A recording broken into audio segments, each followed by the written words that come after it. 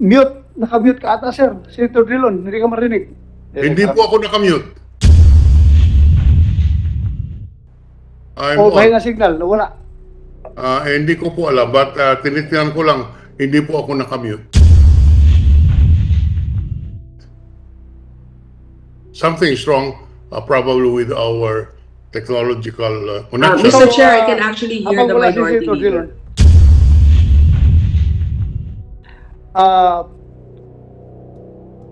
Stop ka muna at kuhan tayo. Executive session. Executive session tayo sa loob ng lounge. Habang Yes. papakainin na rin natin itong mga naiwan dito sa Pwede session. po ba, Mr. Chair, Kung- tapusin ko lang ang aking... can I just...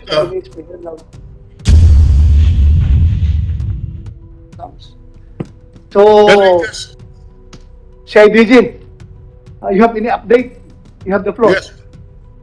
Yes, Mr. please. Chair, Yes, I sir. don't, To the Honorable Chairman of this committee, sir. Okay, thank you. Senator Grace po. Thank you po, Mr. Chair.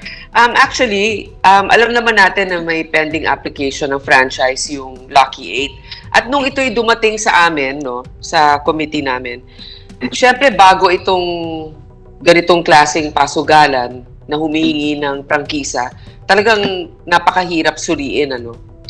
Pero ang isa naman ang masasabi ko, sila humarap para mag-apply. Isang bagay ito na masasabi natin tungkol sa kanila. Ngayon, marami rin akong nadidinig, halimbawa, Lucky 8, tapos yung mga ibang, yung isang nabanggit nga dyan, si Pineda, na sa sarili nilang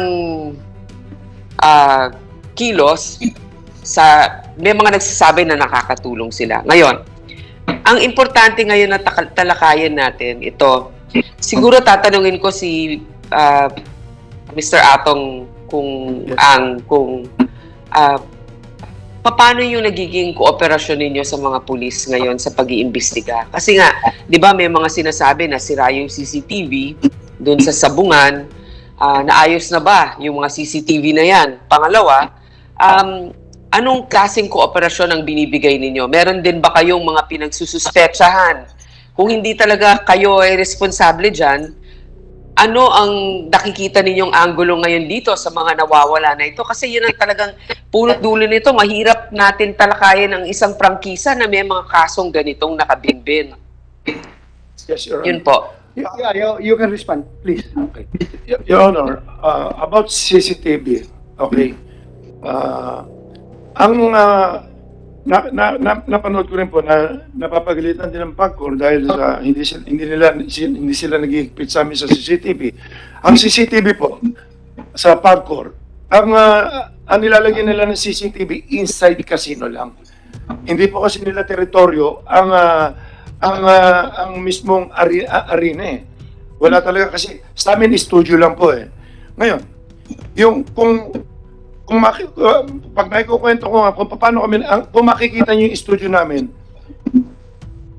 hindi na kailangan lagyan ng CCTV yung mismo site namin dahil naka-video siya. Pagka nagpapalabas, may video eh. Yung perimeter naman, hanggang ngayon under construction pa ho kami. Kasi nung mag-start kami ng July 15, hanggang December, may pandemic eh. Ang palabas namin, kukunti lang. Tapos bumibili kami ng manok. Tapos konti-konti lang yan. Nakapag-start na kami ng maganda. 2021, tapos nagsisimula umakyat yan, tsaka pa lang, tapos nalaman ko nga na mga March yata yun, napunta kami sa PAGCOR na kailangan kami i-regulate. You mean to say na yung tatlong sabungan na inoperate ninyo puro under construction pa, kaya hindi kayo nakapaglagay ng CCTV? Farm lang ho yan eh, farm. Okay. Farm. Nagsimula kami sa isang ang style ng farm kasi, bukid yan, bukid.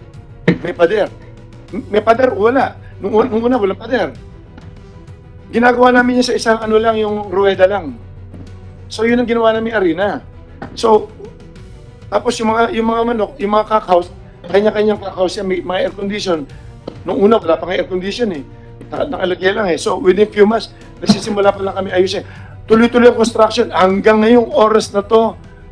Kasi tignan nyo. Tsaka, sa mga pulis, maski tanong niyo po sa kanila, every time na gusto nila pumunta sa amin, pinupuntahan nila kami. Never kami nag-object na imbestigahan kami. Yung sa CCTV, humihingi po ako ng paumanin.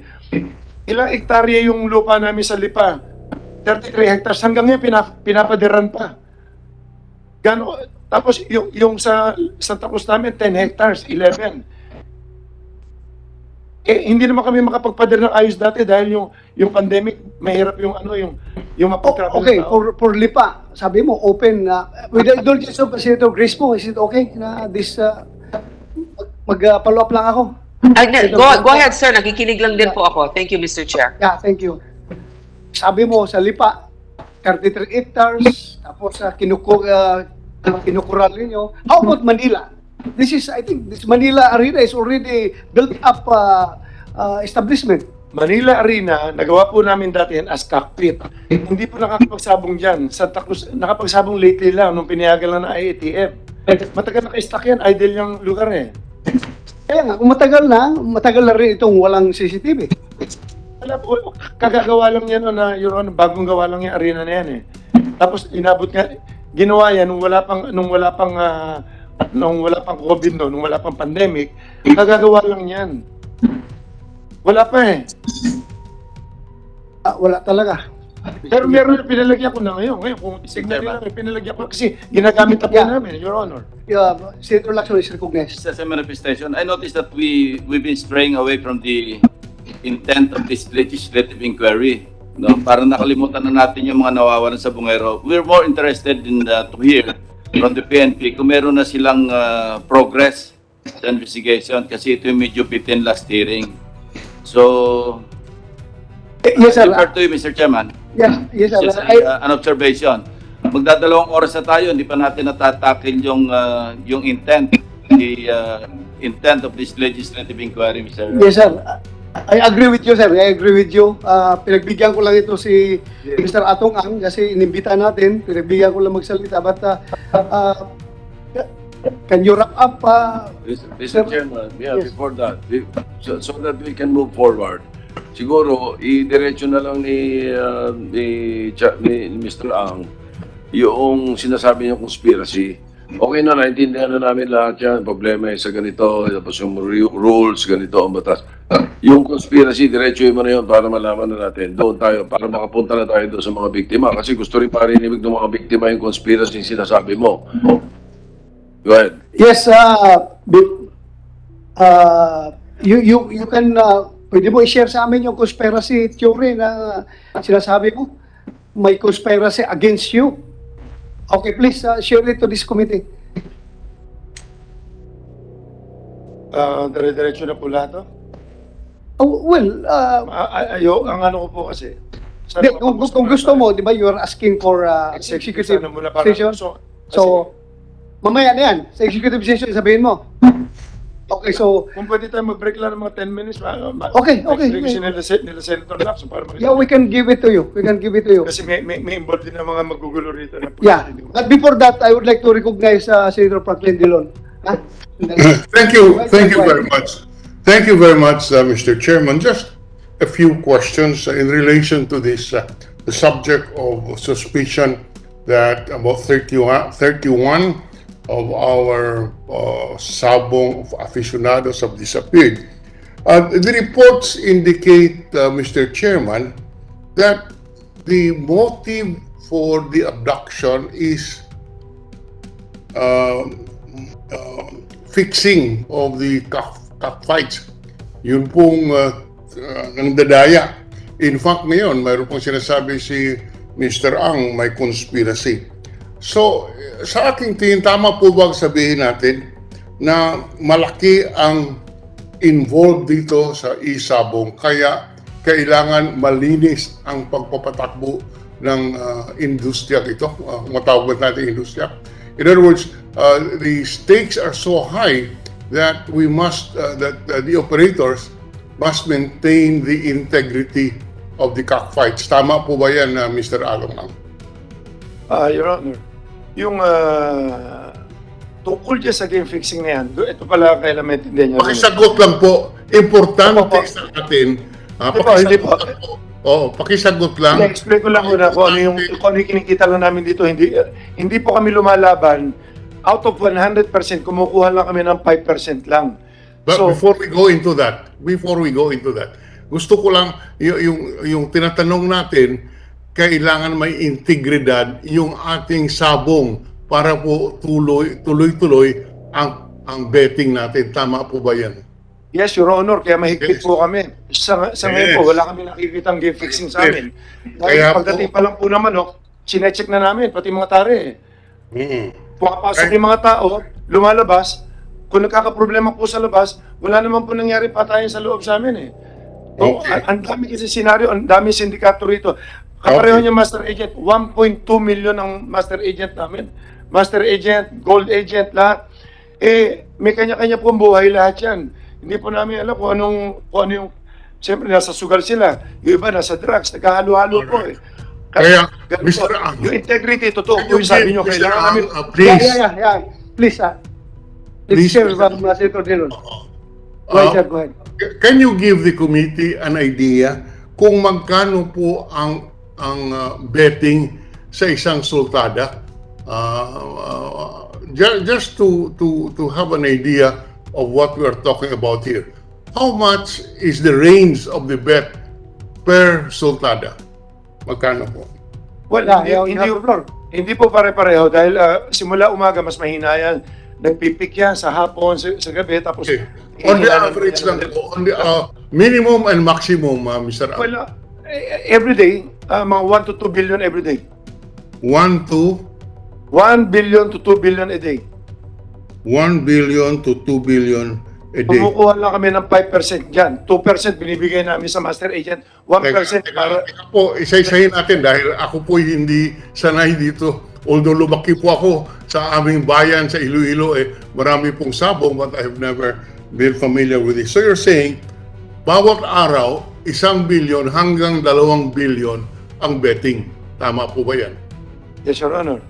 Sa bawat isa. You're mute. Naka-mute ka ata, sir. Senator Dillon, hindi ka marinig. Hindi po ako nakamute. I'm O on. mahina signal, wala. Hindi ko po alam, but tinitinan ko lang, hindi po ako nakamute. Something is wrong, probably with our technological connection. Mr. Chair, I can actually hear Habang the wala si minority Senator leader. Dillon, stop ka muna at mag-kuhan tayo, executive session afterwards. But before that, before we dismiss dahil maghingi muna tayo ng update from CIDG. Then after the CIDG, pakinggan natin itong nakasalang na yung case number 4. Mr. Chair, Then mag-break just- tayo, mag-executive session tayo sa loob ng lounge habang Yes. papakainin na rin natin itong mga naiwan dito sa Pwede po ba, Mr. Chair, tapusin ko lang Hindi. ang aking... can I just... So, can I just... CIDG, you have any update? You have the floor. Yes.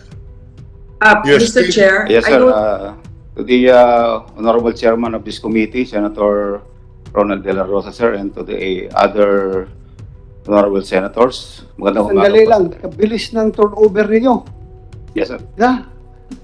First hearing, the director of CIDG is General Pero. Now, Yes, sir. ikaw na naman. Yes, sir. So, retired na si Pero. Yes, sir. So, masaya si Pero ngayon, nakalusot siya sa problema na ito. Yes, sir. Ikaw ngayon ang tatanggap sa kanyang problema. Yes, Go ahead. sir. I'm happy to receive that challenge, sir.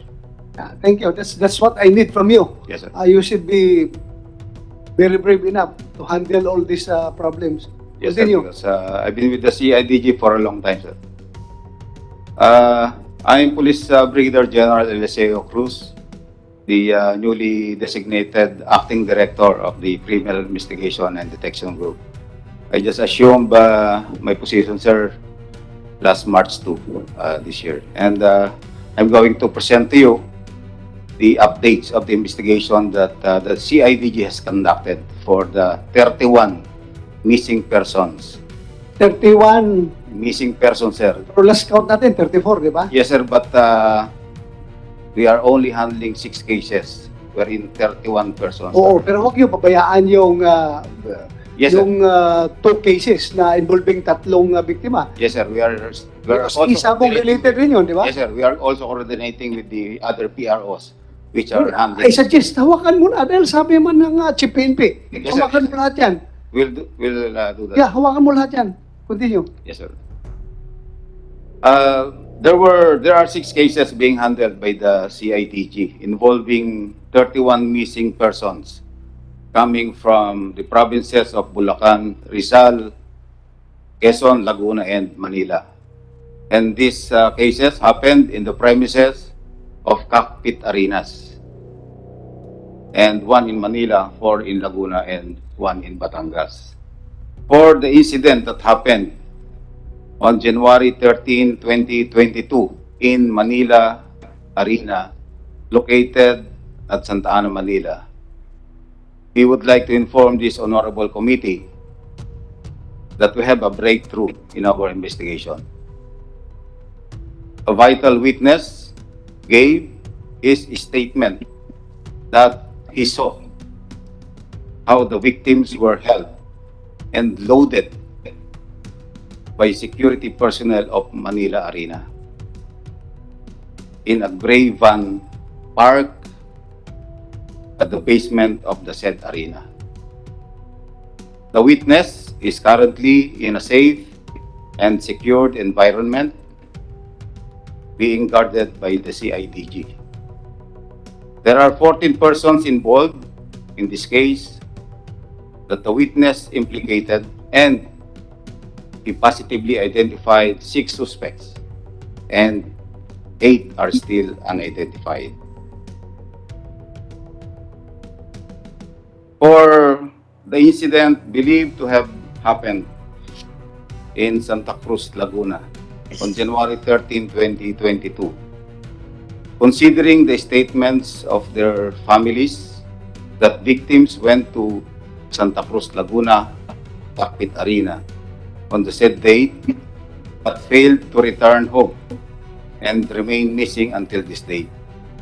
And despite being missing, bank withdrawals from the ATM account of one of the victims, Melbert Santos, was recorded at BDO Lipa City Branch and is now being investigated by the CIDG. The person captured in the CCTV footage who withdrew money using the said ATM account is considered as one of our persons of interest and subject for manhunt operation by the CIDG. So you mean to say, manhunt operations, identify na ninyo? Yung tao Actually, na- sir, that's just the word that I use, but we are actually identifying, and once we identify, of course, we have to take appropriate actions on how we take custody about this person or file appropriate charges in court, sir. Okay, continue. For the 6 missing persons with last known whereabouts in Royal Octodome in Lipa City, Batangas on January 6, 2022. The investigations is going on and we have 2 persons of interest. For the 5 missing persons with last known whereabouts in Santa Cruz Cockpit Arena in Santa Cruz on December 29, 2021, the investigation is going on and we have 2 persons of interest. For the 6 missing persons with last known whereabouts in Santa Cruz Arena in Santa Cruz, Laguna on May 11, 2021, the investigation is going on and we have 1 person of interest. For the 4 missing persons with last known whereabouts in Santa Cruz Cockpit Arena in Santa Cruz, Laguna on April 28, 2021, the investigation is going on and we have filed obstruction of justice against 1 Brindon Dineros Retusto and we have 3 other persons of interest. These are the updates of our investigation and we are conducting continuous backtracking to gather more evidence and witnesses for the eventual solution of these cases.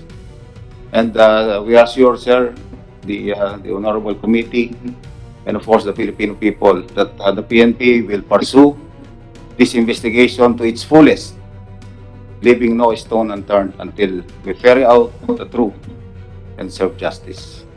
Thank you very much, Your Honors. Mr. Chairman, Yes, thank you, General Eliseo Cruz. just one or two Right. questions. Are you ready to file cases before the prosecutor, refer the case or cases to the, with the prosecutor's office? Yes, sir, we are now filing appropriate case against the identified 6 persons Yeah. in Manila Arena, and we'll be filing kidnapping with serious illegal detention, punishable under Article 267 of the Revised Penal Code. Just so we are understood by the victims' families, ano, you cannot anymore conduct arrest based on Rule 113, di ba? Citizens arrest. It's no longer proper Yes, sir. to pursue these it will people and be- arrest them. You have to wait for the issuance of the corresponding warrants of arrest. Yes, sir. Kung magkakaroon ng warrants of arrest. Yes, sir. In the meantime, you will refer these cases before the prosecutor's office and let the preliminary investigation proceed, di ba? Yes, sir. That will be filed regularly before the Direct filing. City Prosecutor's Office of Manila, sir, and there will be preliminary investigation to be conducted, and subpoenas will be sent Yeah. to the identified 6 suspects. Yeah. And, Summons na lang ang tatanggapin nila from the prosecutor. yes, Para sir. maintindihan ng mga victims' families, baka isipin nila, walang ginagawa yung PNP. Because you're not authorized under the law, under the rules of court, to conduct arrest at this point in time. Yes, sir. Hindi na applicable, hindi ba? Yes, sir. Para maliwanag sa kanila. Yes, sir. So immediately, what you're telling us is you're filing cases against these people who are properly identified and positively identified, di ba? Yes, sir. Positively you're- identified by a witness And properly identified. and properly identified. Thank you. Yes, sir. Thank you, sir. Any more? Okay ka na? That's our update, sir, on the investigation, sir. Okay, thank you. Thank you very much. Sir, okay lang sa inyo. Balikan natin si Senator Dillon. Naputol kanina. Senator Dillon, sir, pasensya ka na, sir. We could not hear you. Kaya please continue, sir. Sorry. Thank you. I just want to place on record the magnitudes of the money we are talking about here, which could give rise to incidents such as this. Mr. Ang, did you say that the gross bets is about 1 billion to 2 billion? Is this per day, sir? Per day, Your Honor. Per day? Per day. Okay, 1 to 2 billion. Masyado pong, approximately, can we say 1.5 billion on the average per day? Gross bets, tama po ba yun? Pwede, depende rin no kasi sa ano yan, sa araw-araw kasi malakas lang po pag Friday, Saturday. Oh, what you're saying 1 to 2 billion per day? Let's say 1.5 na, 1.6 And average. this is only for Lucky 8 or for the 7 or for the 8 licensees, Mr. Ang? Pues, sa amin lang po yan. Sa inyo lang po. Ang kabuuan po kayo magkano? Just rough estimate of the gross bets of the e-sabong industry. Well, hindi ko kabisado sales nila, pero kung titignan mo yung sales nila, mga to, let's say, mga 500 million sila po, ganun. 500 700. million per day. More or less sila. Yes, all right. Yes, Now- sir, excuse me. Senator Dillon, sir. Yes, sir. If I may interject, no? Kung gusto mo natin malaman yung kabuuan na pera dyan sa industry na yan, I think PAGCOR, meron silang accurate data mamaya. They can share it with us, sir. So please continue, sir. Tanungin natin yung PAGCOR later. Alam Yes, nila thank you. yung kung gaano, Thank you. what is the percentage of Lucky 8's contribution to the overall revenue derived from isabong industry. May data ang PAGCOR niyan. Hindi po. Naka-fix Thank you. po kasi sila eh. Naka-fix po sila na for every licensing. Nag-issue sila. Obligado kami ng 75 million na minimum guarantee of per Yes. Yeah, alam na. This average higher do sa 12,500 per Opo. fights. Ah, Kami more than So, ang binabayad namin siguro more or less 135 million every, Yeah. every sa sir, please continue, sir. Continue. Thank you very much, sir.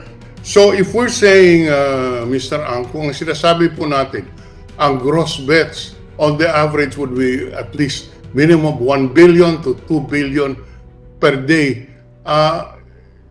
How many days do you operate in a month? 30 days, 31 days. 30 days. So, Araw-araw po, meron po kaming laro. so we are saying that kung 30 days po, hindi ko na po makompute. per day is anywhere from 100 Lagay niyo 2 billion. 1 billion to 2 billion. po. Opo. Per month, it's anywhere from 30 billion to 60 billion. Ganun po ba? More than 60 billion po. How much? A month. A month is about 60 billion. Yes, Your Honor. 60 billion. Magkano po ang inyong commission? Well, 5% kinukuha namin, tapos binibigay namin sa mga agent, 2%, tapos Just the gross muna. So 5% of 60 billion is roughly 3 billion per month ang commission ninyo. hindi po, ano yan 5%, 6 billion, 3 billion, more or less. Okay. I'm sorry. 5% of 60 billion is roughly 30 billion per month. Ganun po ba? 66 billion, 3 billion lang po yan. Tapos 5%, that's roughly 30 billion, 30 billion per month. Ang 3 lang. 3 lang po, 3 lang. ha? 5% lang 5% of 60 billion is 30 billion, right? 3. I'm 3 lang sorry. po, 3 lang po. 3 billion. Yan po ang kinikita ng franchisee dito. 3 Hindi po kinikita, may ano po yung binibigay po, binabalik po namin sa mga agent, 2 or 2.5, depende ho. Binibigay namin sa kanila uli mga 2 or 2.5. So, kung sa 3 billion, kung alisin mo yung kalahati, binibigay na kagad yun, 1.5 na lang matitira. Plus mga expenses pa, nalagay mo 1%, alisin mo 1% yun, more or less mga nasa mga 900, 800 matitira sa isang buwan. Anyway, yes. At Doon least- ako kunin yun sa mga popcorn, sa mga ganyan. Doon na binabayad lahat. Kaya po, kung 3 billion ang kinikita ng Lucky 8, baka po payat ang 640 million na sinasabi ng Pagcor na kanilang income dito sa Isabong. Ulitin ko lang, 3 billion per month. Even assuming that you incur expenses on this, 640 million per month of revenue by Pagcor is pittance, is very small compared to the gross income of Lucky 8. That's all that I am trying to point out. Mr. Chairman, just to pursue lang. Yes. On the Okay. clarification, Mr. Chairman, Yes, yung sir. 5%, Yes, sir. yeah, thank you, Senator Drilon. I-pursue ko lang yung point yung sa 5%. 5% Yes. for both entries or 5% for one entry? Pag pinagsama yung both entries, kaya nga without risk kami. Kung may tayong 1 million sa kabila, 1 million sa kabila, 2%, 2 million yun, minus 5% yun. So 5% sa both entries na. Total. Yun na yung gross. Oh, Hindi total. ito yung 5 sa one entry, another 5 for the other entry. Pareho, maski sa Pareho na yun. Thank you. So, kaya po, that's why I'm just asking yung gross per day. And from the testimony, it would appear that the gross income per representation and in the absence of any proof to the contrary, we accept that as the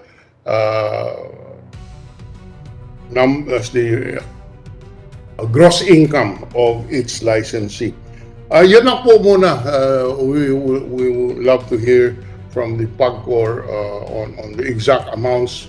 But for the record, if we talk about 3 billion per month for Lucky 8 alone, even assuming that this is the gross income, a 640 million per month na sinasabi po ng PAGCOR, mukhang payat at malaki talaga ang kinikita ng industriya, kaya po hindi maiwasan na yung mga ganitong pangyayari ay related doon sa kinikita ng industriya. Maraming salamat, Mr. Chairman. Thank you, sir. Thank you. Right, sir. Senator Lacson. Yeah, ang sabi ng PAGCOR kanina, I was taking notes, from April to, ito yung last year, parang ang average na remittance sa PAGCOR, 400 million per month. How much? How much? And then for last year, from April, I think hanggang December, parang average 400 million pesos per month ang remittance. Okay.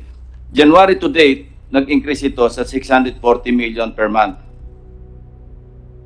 Okay. Noon pong April, si Lucky 8 pa lang po ang umaandar. Yung mga iba, sunod-sunod pa lang at nabuo lang yung 7 na ngayon 6 na lang nitong November, December. Okay. Pero po Thank you, ma'am. Ito, sandali, ma'am. So, 640 million pesos per month yung January to date. Ito yung average nyo per month. Opo, sir. Ngayon, sabi kanina ni Mr. Charlie Ang, yung kanilang remittance, pinakamalaki sila eh. Umabot sila ng 135 million pesos per month. Lucky 8 pa lang yon. Opo. If we compute yung 6 others, kasi ang threshold, yung minimum nilang kailangang remit is 75 million each. Okay. So 6 times 75, that's 450 million. Plus 135, that's 585 million pesos per month. Ang ibig sabihin, nasa threshold lang yung 6. Opo. Kasi from 640 million pesos per month compared to 585, masyadong minimum yung nire-remit ng ibang operators sa ibang licenses because Lucky 8 alone, 135 million pesos per month na. So masyado yatang Sir. andun na sila sa threshold, the 6 others. Totoo ba ito? Opo. Ganito po kasi, sir. Ang Lucky 8 na gross bets from April 2021 to January 2022, Ma'am, excuse me. 500 Pakilapit yung microphone kasi hindi nare-record. Ang gross bets po ng Lucky Star from April 21 to January 2022, 546 billion 826 million 428,839. Yung pong sumunod, yung Belvedere Corporation, 86 billion as compared sa 546 nila, 771 million 15,804. Yung pong susunod, yung Esports Encuentro, 3 billion 638,985 pesos. And Home Visayan Cockers, susunod na malaki sa Lucky Star, 96 billion 576 million 56,951. Yun pong sumunod, yung Jade Entertainment, 145 million 357,404,000. Yung New Win Cockers, 1 billion 205,219. 205,219,683. Yun hong Philippine Cocking International, 6 billion 856,263,554. Ito pong Golden Buzzer na nasuspende na ngayon kasi hindi nila ma-meet yung 75 million 746,350,941. Katulad po nung sinasabi ni Mr. Ang kanina, yun po kanilang gross na 3 billion. Sinasabi po niya na may percentages silang binibigay sa iba-iba pang government offices, pera lang po sa PAGCOR. Sa PAGCOR po, dahil nga bago ito, initially, pinag po namin 12,500 per fight ang aming charge or 75 million per month minimum guarantee fee, whichever is higher. So, yun po ang, pwede po namin isubmit ito. Talaga pong pinakamalaki, almost 90% po, ang Lucky 8. Sige, again, Thank you, ilang Mr. percent? Chairman. Ilang percent? Kukompute ko lang, sir, para sigurado. Oh, sige, sige. So, Ma'am, wala kayong planong taasan yung threshold? Meron po, sir. Ang binabalak po namin ay taasan siguro po yung per fight. Kasi kung tataasan pa po namin yung threshold ng 75 million minimum guarantee, magiging monopoly po dahil yung mga nakauna malalaki na talaga at kaya po yun.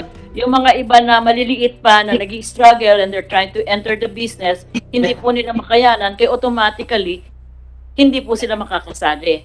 Yun po ang aming teorya. Ayaw po namin ng may monopolya o may binopoly or something. thank you, ma'am. Thank you Senator po. Tolentino, you have the floor. Yes, just last question addressed to our electronic money issuers, EMIs. Nandito ang Paymaya, nandito ang GCash. Napapag-usapan na natin konti itong detalye. Magkano po ang kinikita per day, per month ng GCash dito sa Isabong? Ganon din ang tanong ko sa Paymaya. Thank you, Mr. Chairman.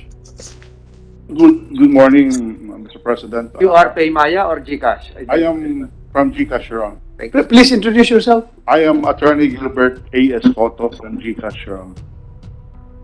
Go ahead. I don't have the exact figure to answer the question, Your Honor. Excuse me, attorney. May request dito nga kung pwede, garbo lang dating May harang naman tayo. Tanggalin mo muna yung habang nagsasalita. I apologize, Your Honor. Thank you, thank you. I don't have the exact figure, Your Honor, to answer the question of the Honorable Senator Francis Tolentino. But I am willing to submit to the Senate committee the documents that would answer the question, Your Honor. Thank you. Mr. Chairman, after the break, we can ask the representative from GCash to provide us the figures. He can call. He can ask his superiors how much is Yes, we can do that. the income. The same is true with Paymaya. If Paymaya is willing to divulge the figures right now. Yes, Your Honor. I also cannot give you the specific data, no? But I understand that Paymaya only onboarded or accredited this Isabong licensee as of February this year.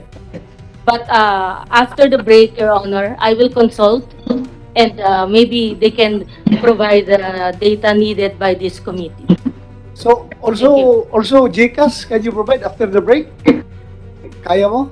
Kasi kaya mo daw ng Paymaya, yung Your GCash. Honor, can I ask for at least one day, Your Honor? I don't think I can. Mabuti pa si Mr. Ang na-provide. Ikaw, nahirapan ka mag-provide. Yes, So, sir, Mr. Chairman, siguro isama na rin natin yung income generated from international debtors sa GCash and Paymaya. Yes, we can do that. When you say, Senator Tolentino, na income generated from Share the percentage generated by Paymaya and GCash coming from international debtors, offshore debtors. Sir, Senator Tolentino, what we are regulating in PAGCOR and the figures I gave to you are based only on local bets. No, not one of the operators is licensed to accept offshore betting. Pero ma'am, maraming tumataya sa Opo, OFW natin. Maraming illegal po yun, sir. Yun po yung napupuya, minomonitor. dumadaan sa AMIs, dumadaan sa GCash, etc. So, can we have a figure? We're not saying that you're tolerating it. Yes, We're not sir. saying that you're violating something. We are just asking the electronic money issuers, the non-bank financial institutions, if they can provide us a figure of how much percentage they are generating from bets coming from overseas. Yun lang po, Mr. Chairman. Hindi natin pinag-uusapan kung may nag-violate o ina-allow. Hindi po yun. Okay, Paymaya promised after the break, we can have it. I will consult, Your Honor. Okay, And if they give it to us, I will provide the committee. okay. Then Thank you. GCash tomorrow. Your one Honor, day. May we ask for a reasonable time to comply because I think it may take Kaya, what is reasonable for you? 3 to 5 days, Your Honor. We'll just submit the... Weekend na yun. Masyadong matagal yun. Mahirap ba mag-compute? Mahirap naman eh. Everything is computer generated, di ba? We will ask our office, Your Honor.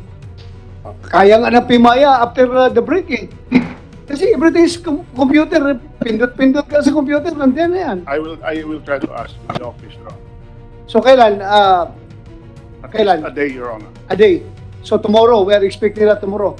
Yes, Your Honor. Oh, thank you. Pimaya after lunch, after break. Yes, Your Honor. Okay. We are consulting them right now. Okay, thank you. Thank you very much. So, continue. Before we go on a break, it will be an executive session in the presence of Mr. Charlie Ang. Yes. Yes, I'd like to ask, for the record, Mr. Charlie Ang, yesterday you went on YouTube. It went semi-viral with you saying that mahirap dito, ang daming mga politikong nakikialam sa mga investigation.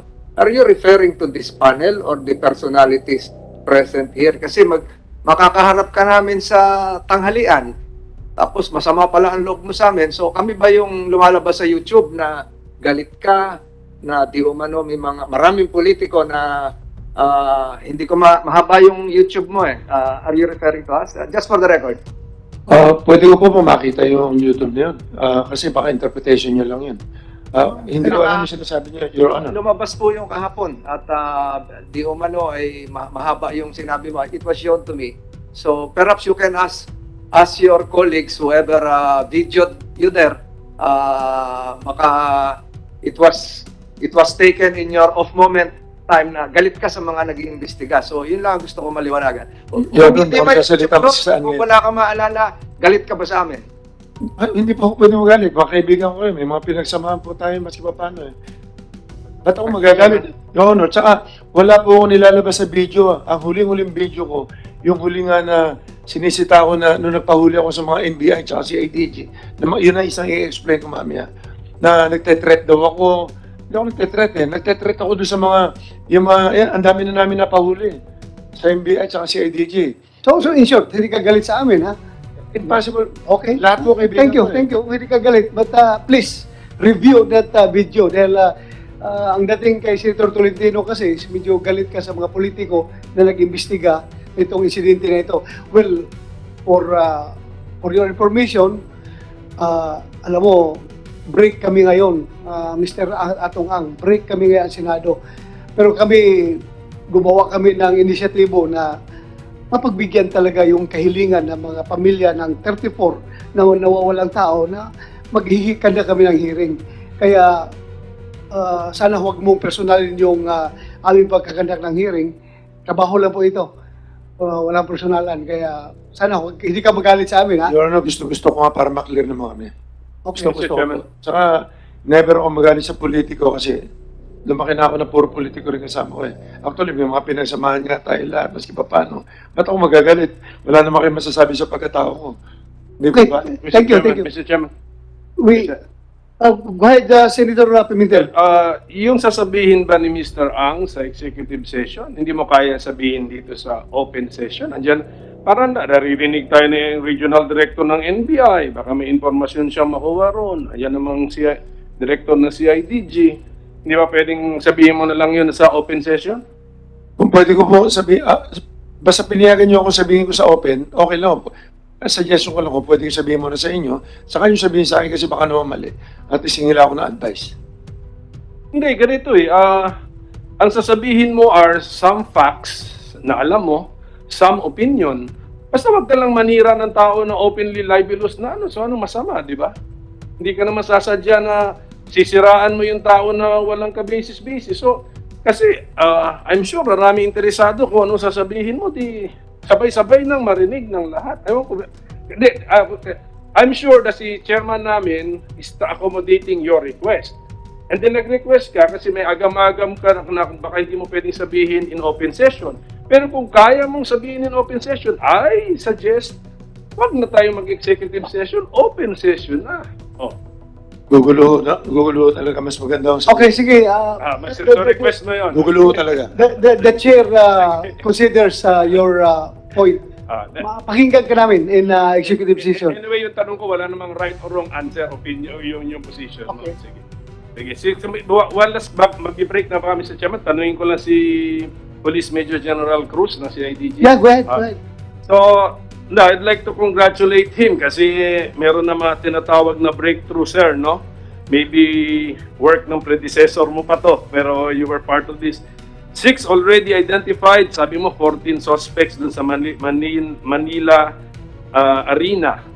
At doon, nakalimutan ko yung date nitong event. Ano, sabi mo sa basement sila January 13 case. Is that the case number 1? January 13. Pero kung mga Yes, Your Honor. security guards po to lahat, more or less yung 14. Yes, Your Honor. So- They are all part of the security marshal. Security, di ba? So, siguro alam natin na hindi pa to case closed dahil mukhang mga nautusan lang po yan. Hindi po, I assure na hindi pa yan ang mastermind. Tama ba, Police Major General? We are, right now, sir, we are just basing our actions on the testimony of a witness and, Correct.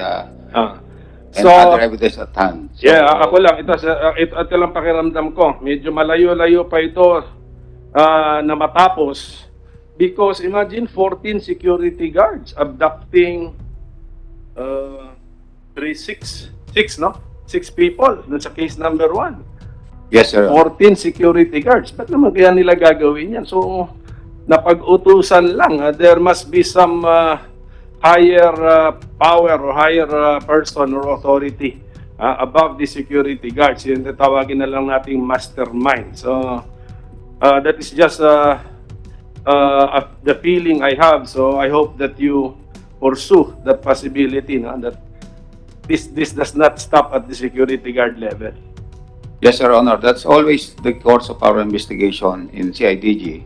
When we investigate crime, we make sure that everything is checked and kagaya nga po ng kasabihan, we will leave no stone unturned in the investigation. Thank you. Anyway, Senator Pimentel, the management of Manila Arena is also invited. Andito, di ba? Komisek, the manager of Manila Arena. For the record, sir, we have invited them. Okay, so andito sila. Check, sir. Okay, thank you. So from here, ma'am, siguro mas maganda mamaya na kayo na may pagbigyan after the break. Kain muna tayo. Okay lang sa inyo? Kain muna tayo. Kumsik, please bigyan ng pagkain yung mga resource persons natin. Habang nag-break tayo, kami, executive session sa loob with Mr. Ang. Yes, sir, we'll comply, sir. Okay, thank you.